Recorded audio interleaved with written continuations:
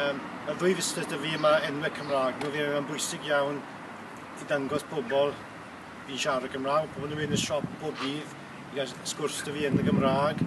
Ac mae fe'n byr busnes i gael y iaith gael ei siarad bob dydd dy fi. Gyda Jones I fi, dechreuodd y cwmni ni wrth gwrs yn had yng Nghyfraith, dechreuodd y cwmni ni ar y trydydd genhedlaeth ar hyn o bryd, ond Wael a Dafydd a Jones yn rhedeg y busnes ar hyn o bryd.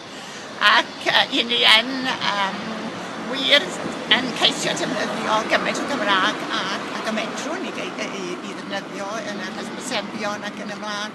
Ac i ni'n ceisio gofalu bod dynion lleol, merched a dynion lleol yn cael cyfle i weithio i'r cwmni.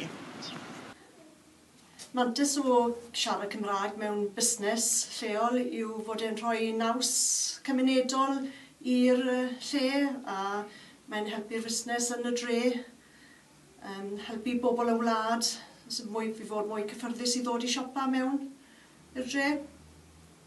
Helo, odi mae'n mantais iawn i siarad Cymraeg yn Nigel Williams yn Llandeilo. Mae'n un ardal Cymraeg a mae'n rhan fwyaf o cwsmeriaid ni'n siarad Cymraeg o rhai bach i'r oedolion yn hun.